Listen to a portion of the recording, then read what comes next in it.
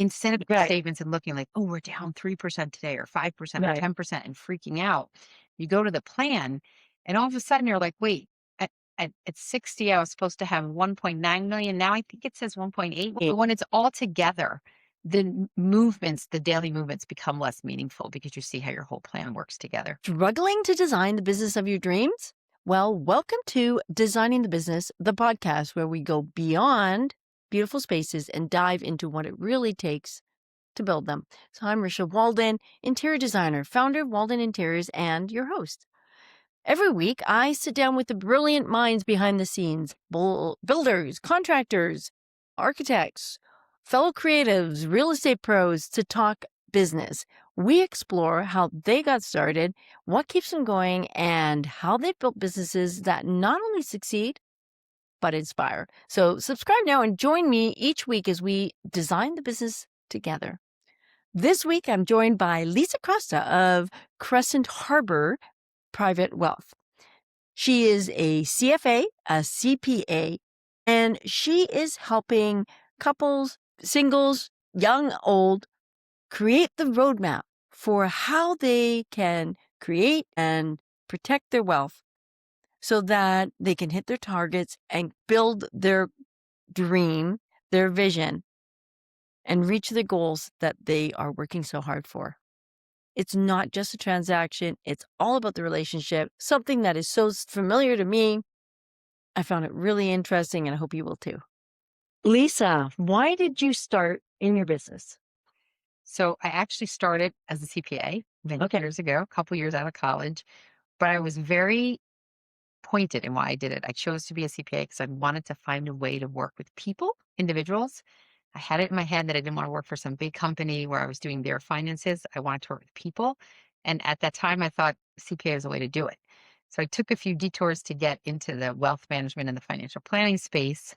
But that was the way I started. And I started in tax and quickly got myself into financial planning and then kind of went from there. But it was always for this focus on I want to work with people.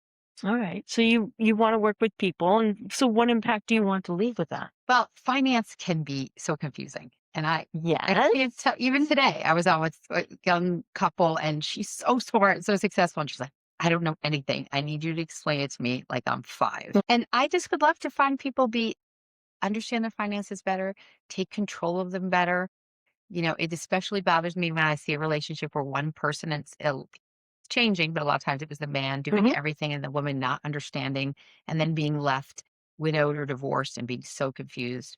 So I just like people to take charge of it. It's a lot. I mean, I talk to my kids about finances from when they were probably in middle school, and they still ask me questions. They still ask me things. And I think, God, this is hard to explain. Like they're smart kids, they're out of college, but this is tricky. And there's just so many components of it. So I would like people to take a little more charge of it and not be afraid of it. Right. Yeah.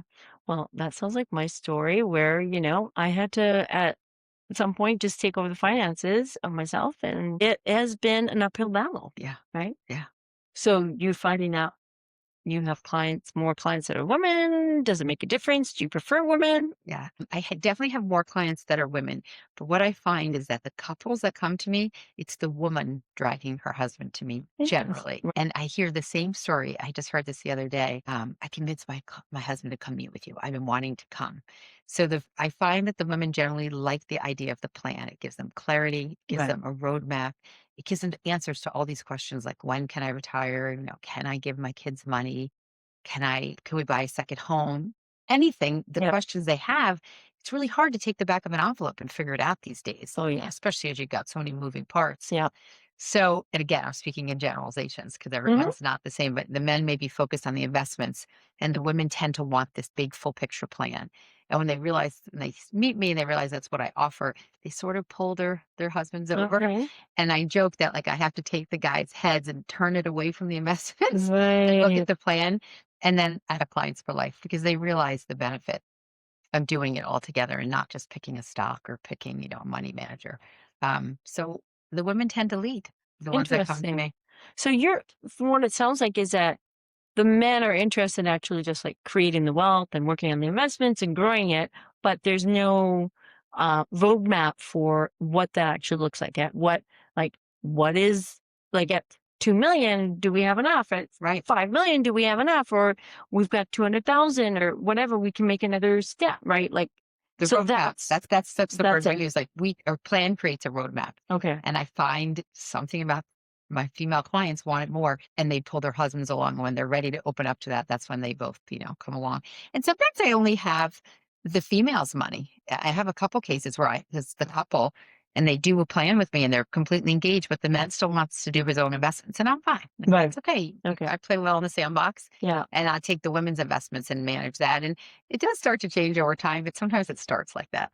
So it's not just creating a roadmap, but it's also like finding where you're going to put the money. Is that what you help them Yeah. invest in? So is that like stocks, real estate? What does that work like? What does that look like? All in gold. No, I'm just kidding. Ah, No, so I okay. don't start with the investments. So, Okay. if you go to usually a big, big wirehouse or bank, they're going to start with your investments. And I always say, well, I don't know what to do with them until I know you. Like, do you need Right. the money tomorrow? I don't know. Do you need it in 5 years, 20 years? Right. I mean, I have an 80-year-old investing very aggressively because none of the money is for him. It's all for his kids. He's got enough money. He doesn't want to touch it. But if you looked at that in a window, you go, "Oh my gosh, she's crazy. She's got an 80-year-old and all this stuff." But it's Right. not the money for him. So to more back up and answer your question, we look at the whole plan first, everything that comes in from an income standpoint, everything that goes out from an expense standpoint, liabilities, Right. assets. And then with that, we look at the assets and we say the investable assets and say, what should we do with them? Some of these are going to be geared towards income because you need it. Some of these might be geared towards inheritance. So they're Hmm. longer term. We might have buckets. It just really depends on what the client's trying to do. Right. So the investments are absolutely part of the component of Sure. financial planning, but we don't start with it. Interesting.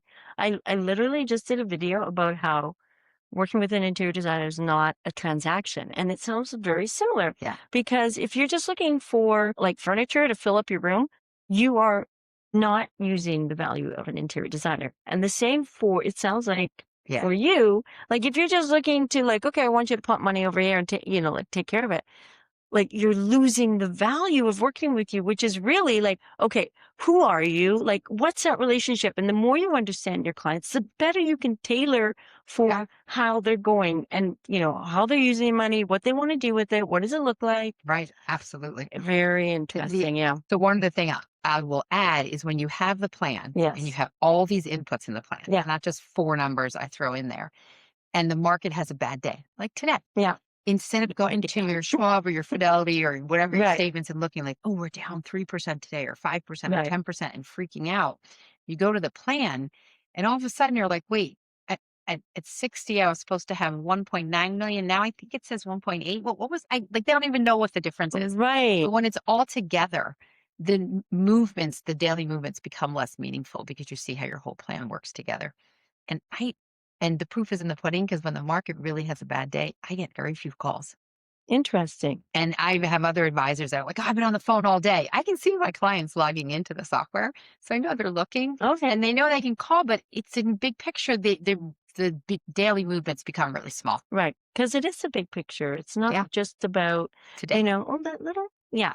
Yeah. I love that. I love that. What's one of your favorite client stories?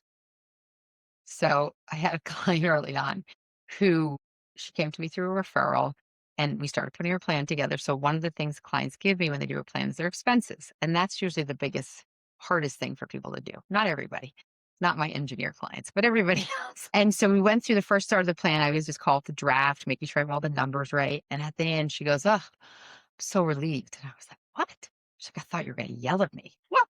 Yell at you? That's it. She's like, "I thought you were gonna yell at me for spending too much money." I'm like, "Oh Oh, my God. Like, hilarious. that is not my job. Yeah, I'm not your exactly. parent, your Your spouse." I mom, said, your "But dad. there's no right or wrong. I mean, Right. there's a wrong, I guess, if you're completely running out of money. That's the problem. But these were successful people who were spending within their means. If they weren't, we were going to have a conversation. Sure. But yeah, I don't yell at clients. That's funny. What do you see the biggest mistake your clients making? I mean, a lot are too hold on too much cash. A lot are too Right. conservative. Okay. It's scary out there. It is scary. I get it. So there are some clients that, clients want to keep some cash, it's absolutely fine. But sometimes we do have to show a client, like, if you keep it in cash, this is what your plan is going to look like in 10 years. If you don't, this is what it's going to look Right. like. And I don't say you're going to get 20% return, Right. just conservative returns.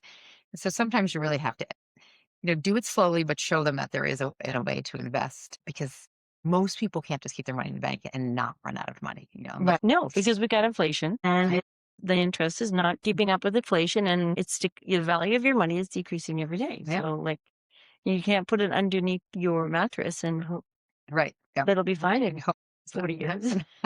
No. I'll say the other thing too is lack of, so easy to stay in place. Like, somebody may have chosen one investment for their 401k years ago, or put money here years ago, and they haven't opened it up or looked at it. And it's so common. They don't know what it's in. Every so often I do find it's in cash for 10 years. I saw that once on a That's teacher's terrible. statement. It was terrible. Yeah. So you can't forget about these things forever. You Right. do have to look at them and find your money. Interesting. What is the biggest misconception people have about your business? I always say, when I say what I do, I say I'm a financial planner and a wealth advisor. I never say financial advisor first, because some of the industry has a bad connotation that they're trying to sell you something for commission. And I say, I mean, there's even commercials out there that, Oh, that I've seen address that. that. Yes, yes. A product with a commission is not necessarily bad or good. Right. You know, it's but it's helping somebody. People are afraid of being ripped off, I think, by financial Sure. advisors. And there, I have seen my first job back after with kids. I reviewed statements. I mean, hundreds and hundreds of statements, and we saw some bad stuff on there.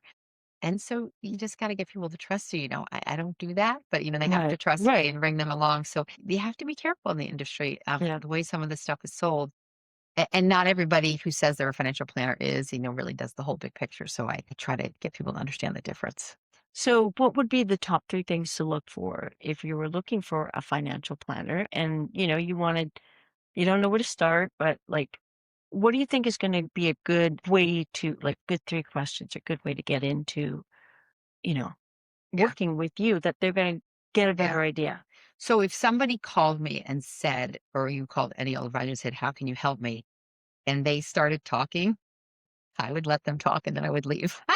Because if you ask me that question, I'd say, please tell me about yourself Yeah. first. I mean, sometimes my first call, I don't talk for 30, 40 minutes Right. because I don't know what they need until I hear what they want and where they are.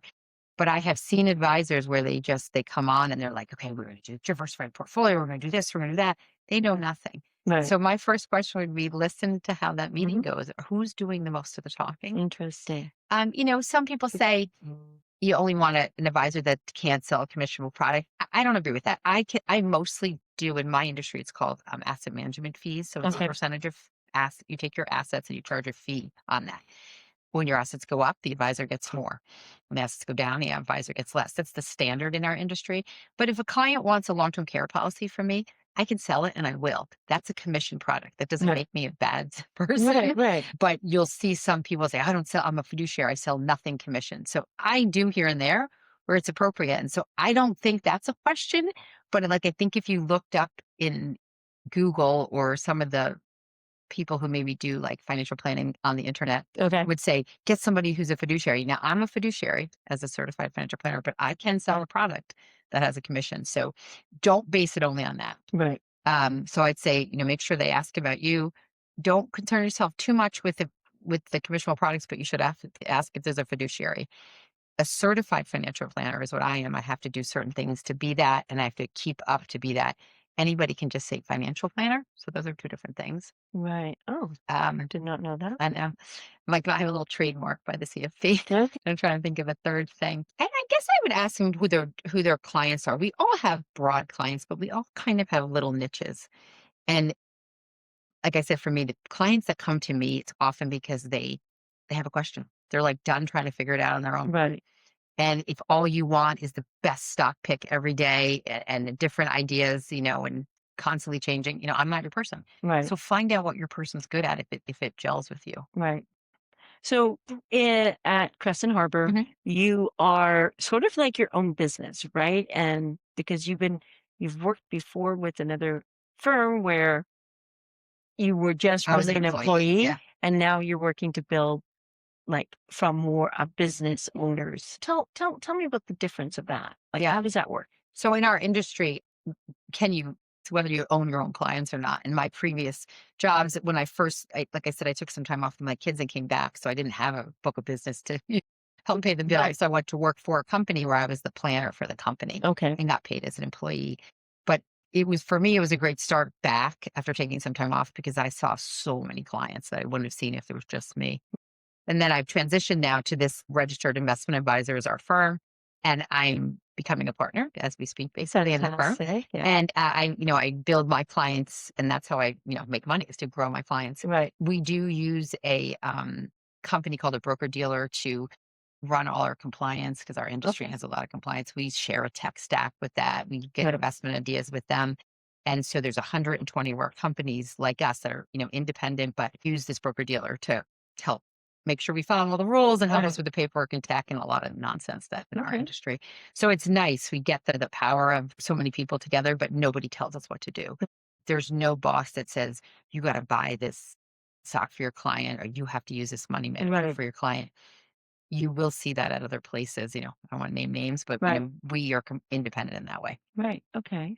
So I mean, I would say that's similar to a real estate agent where you have the broker and you have your own business then tied to that broker or that particular firm, but you're really in charge of your own Yes. business, right? Yeah.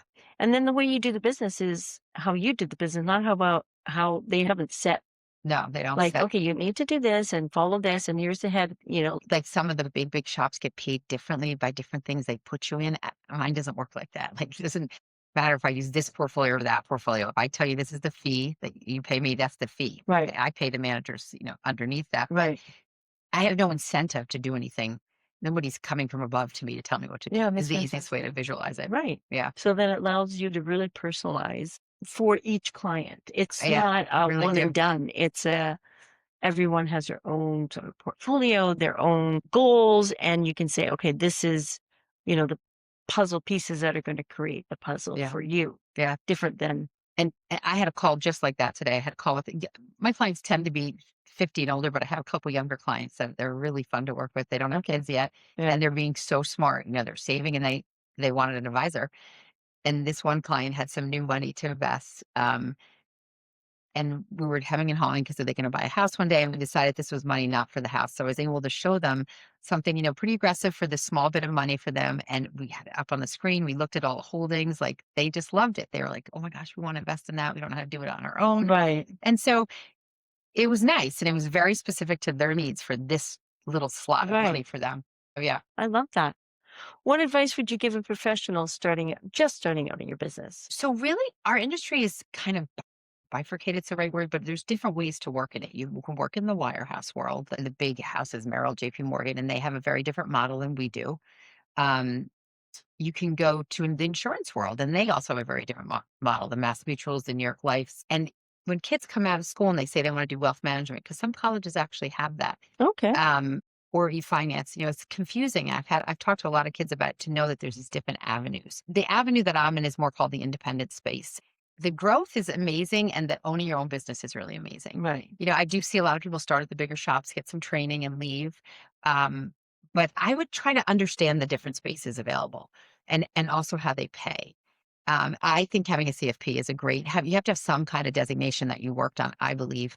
Like, when I look at people's websites, I want to look at letters after their name. Our business is technical. Mm, And I have a CPA and my right. CFP, and my partner has his SEMA, which is a really investment heavy one. So it's nice to look to see what they have to know that they're keeping their credentials up. I mean, Right. our industry changes all the time. With my CPA, I mean, I have to do 40 credits a year. And I'm half the time I'm doing it on tax law changes because they won't stop changing the Yeah, laws. exactly. Which can be a good thing too. Like, no, change the law if it means I pay less money, Yeah. as far as I'm concerned. So yeah, so you have to do CEUs and so Yeah. you're required if you don't have those credentials, then it's, whether or not you Yeah. I mean, there's a little bit for some of the licenses, but not the big heavy stuff. Yeah. okay. So I like to, it when I've seen the different people get the licenses, I find that they really think they're a better provider. They've got more knowledge. I Mm. don't know. It's a knowledge heavy industry, and I'm learning all the time. But doesn't that keep you more accountable too? Yeah. Because now you don't want to lose that credential Yeah. and you want to make sure that you're doing the due diligence proper for your clients Yeah. and that you're continuing to grow your expertise um, along with your experience as you're going along. Right. I never I said to my clients, I never want you to be at a cocktail party where somebody says, I heard this, and you say, my advisor didn't tell me that. Oh, yeah. So sometimes I will share information and be like, listen, this has been in the news a lot. And a big one is one of my oldest clients in time wise, not age, said, I just got this thing that I can do a Roth conversion with no taxes. I'm like, you can't. And he's like, I said, send to me what you read. And it applied to like somebody with like very low income and all these 27 ifs to make it Right, happen. right. Didn't apply to him at all. But you get these top line news. And so I want to make sure I'm always, on top of it and I know Yeah. what's happening. Helps. Goodness, because I don't stay on top of that stuff. Well, that's why you shouldn't. We all have our Yes, strengths. Right? thank goodness, like that's what you need. You need that professional in the space helping you so you can get the best results, the best personalized plan for you, Yeah. right? That's why people come to you and they're not going online to like, okay, just make me a financial plan. Well, be somewhat, right?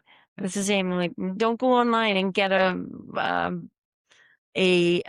interior design for your home because like it's just not going to be the same. Right. I Like, mean, you go for expertise in so many areas, right? When you get some stuff we do on our own and other stuff right. we Yeah, pay professionals to do. absolutely. I like the professional stuff. Yeah. I just have to tell you this. I did two doctor clients years ago. And I was explaining something to her, and she said, I, I feel so silly. I don't understand that. I'm like, I can't operate on people and do what you do. Right. So why do you think, like, of course you can't do this. Yeah.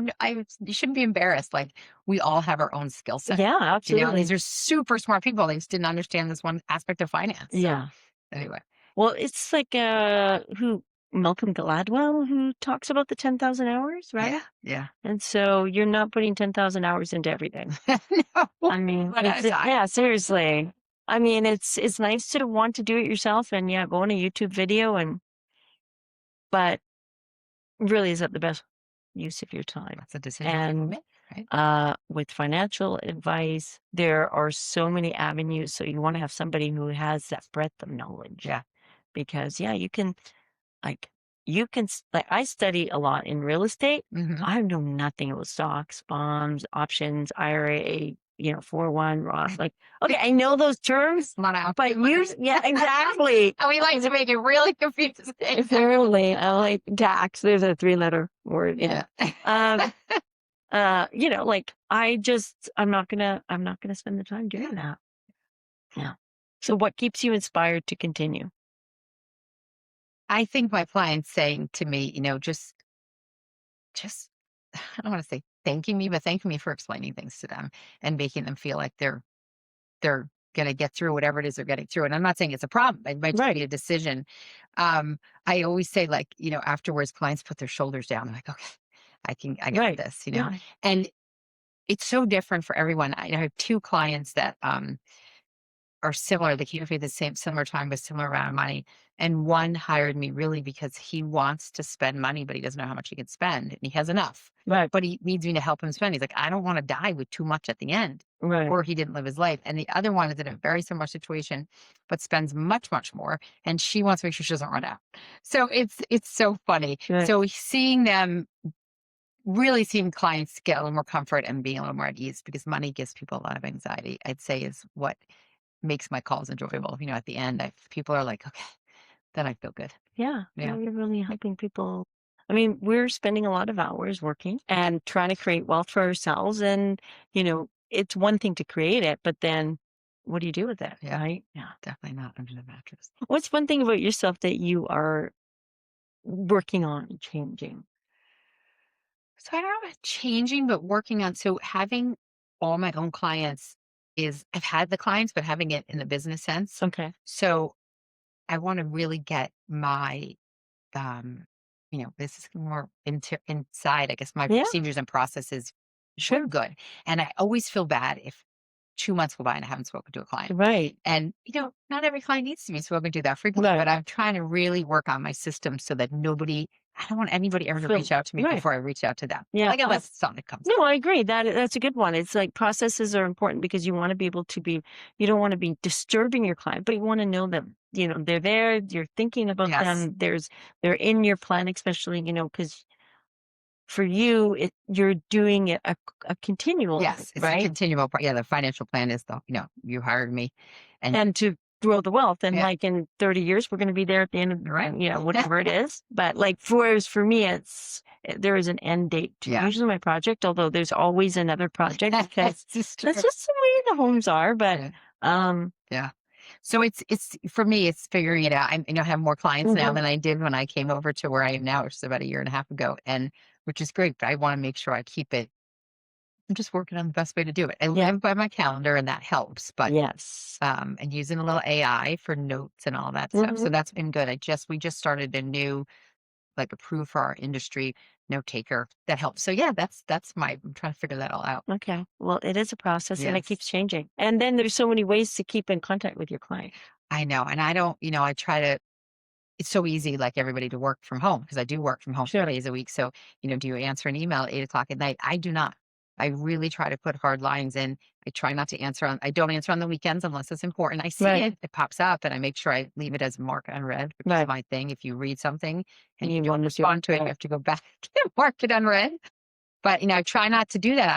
I don't want them thinking that I'm gonna respond at 8 o'clock on a Saturday night unless it's important, and then I will. Right. But so try to set those boundaries when we work at home and our computers are everywhere with us. So Yeah, that's for 24/7. everybody, not just Seriously. me. Yeah, it is. It's Yeah. very easy because they're coming in not just on email, but on text, Yeah. and We have to be really careful with text in our WhatsApp industry. and yeah. Yeah. Yeah. Oh, you're not allowed to use text? So we're not allowed to text. Like you text like I'm on the way to the meeting with any financial information. You Right. cannot text. Okay, that makes Um, sense. and sometimes clients only answer text. So it's like go to your email, you text them, and then you go to Right, your right. Oh, email. no, it's Yeah. true. I mean, it's hard because some clients really like to use text, and that's the only way to get contact with them. I know. So, but I often do that. I'll be Yeah. like, please check your email because I've sent you, the information Right. there. I don't want to have it missed in a text, although they're more likely to see the text in there or just in their email. Email's tricky. I truly believe that the merchants have made email less useful by emailing us every single day. I don't need an email from Bed Bath and Beyond every day, Right. every day. And as a result, people shut down. Hmm. And if they just emailed me once a week, I wouldn't unsubscribe of telling us to Bed Bath and Beyond. Like that. They're already in bankruptcy. But They are in bankruptcy. I thought I read something about I know they do online stuff. So and they I get do an email. something I used else. to get an email every day. Anyway, so you Interesting. have to right. It's hard to break through sometimes because it's so much communication. There is a lot of communication. I personally don't mind so many emails because pops up. I'm reminded. Like for me, there's so many products and Yeah. there's new introductions and there's lots of different companies. And I like to, oh yeah, I want to, they'll remind me of things that I want to use, but maybe not on this project. And so Right. then it pops up. I'm like, oh, yes, that's, because it's just a lot.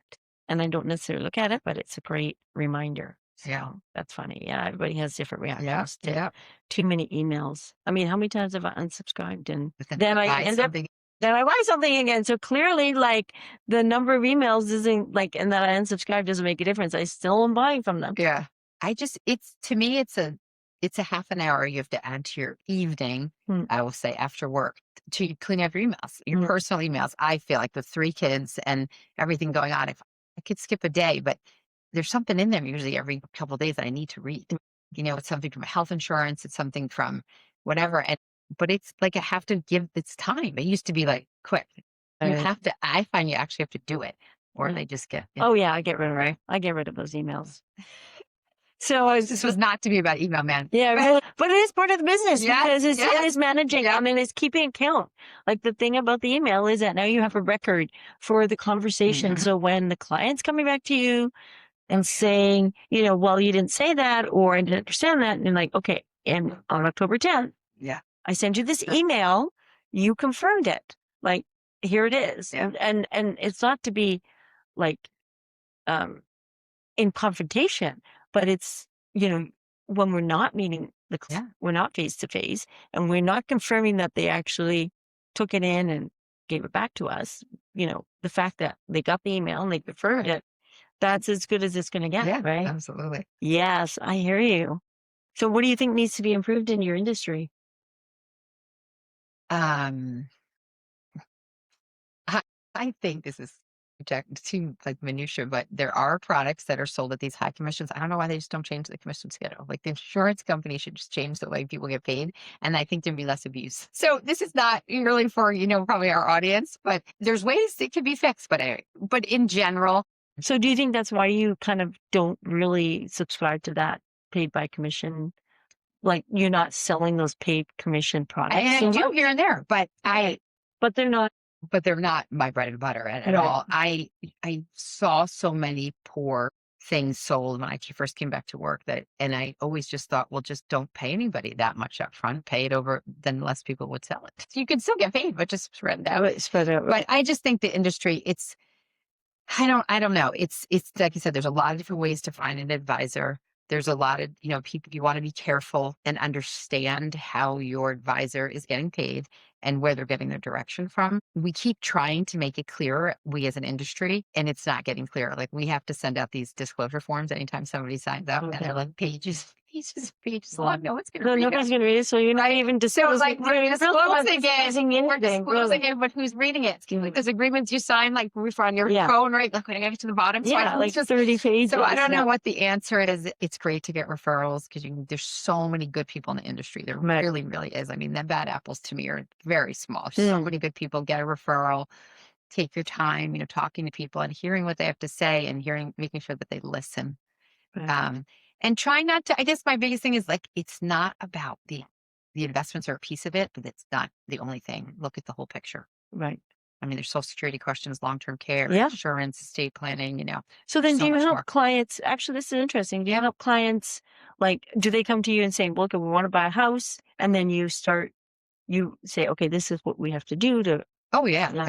I've started clients that have bought houses, and we talk through what's the average, what's a house, how much do you want to spend? I mean, Right. I've said to clients, Spend a lot. they come back to me and I'm like, let's go spend the next couple months looking and come back to me and be like, okay, I'm gonna buy 1 million, 2 million, Right. whatever your clients don't know. But say the amount, we talk through what's a regular down payment. We can run through the model of what it looks like, what the mortgage payment will be, what the property taxes are, look it up on Zillow.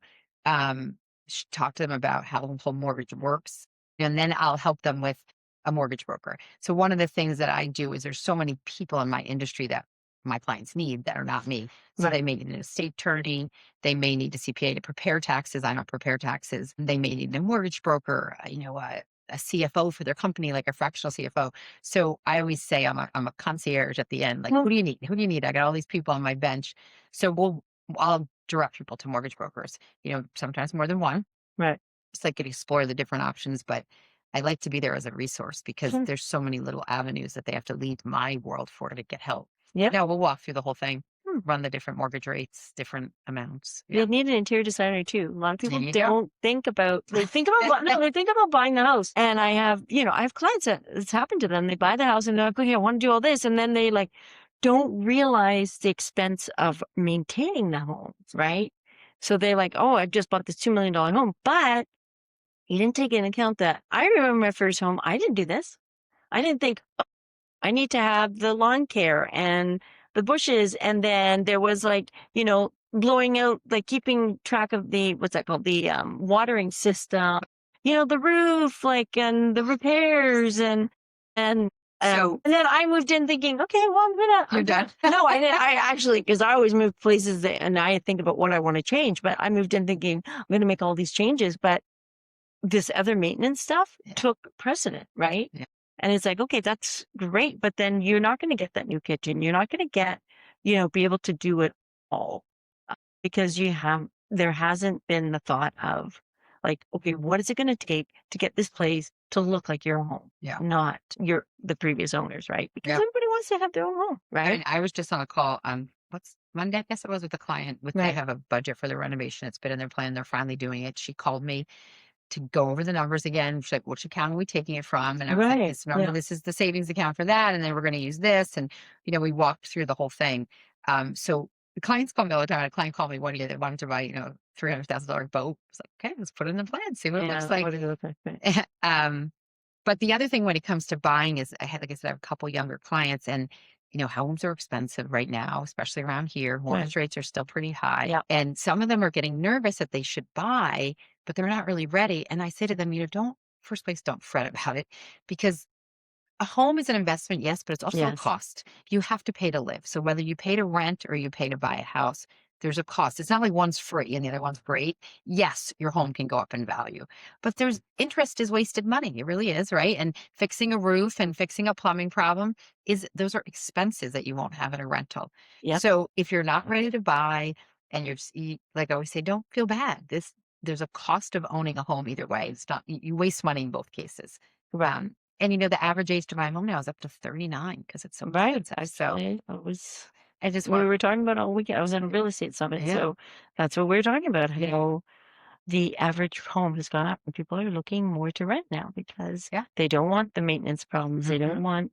They want The the taxes facility, around here. yeah, taxes, but they also want the facilities like the pool or the gym Yeah, or the doorman to get their yeah. packages. I always almost thinking about it because I came home from Miami and I knew it had snowed because my flight got delayed, but it didn't occur to me. So of course at 10 o'clock at night I get back and I'm like, ooh, the driveway. I Oh, forgot to get shoot. somebody to do the driveway. And I had to be out at 6 in the morning. So Yeah, and that was heavy snow too.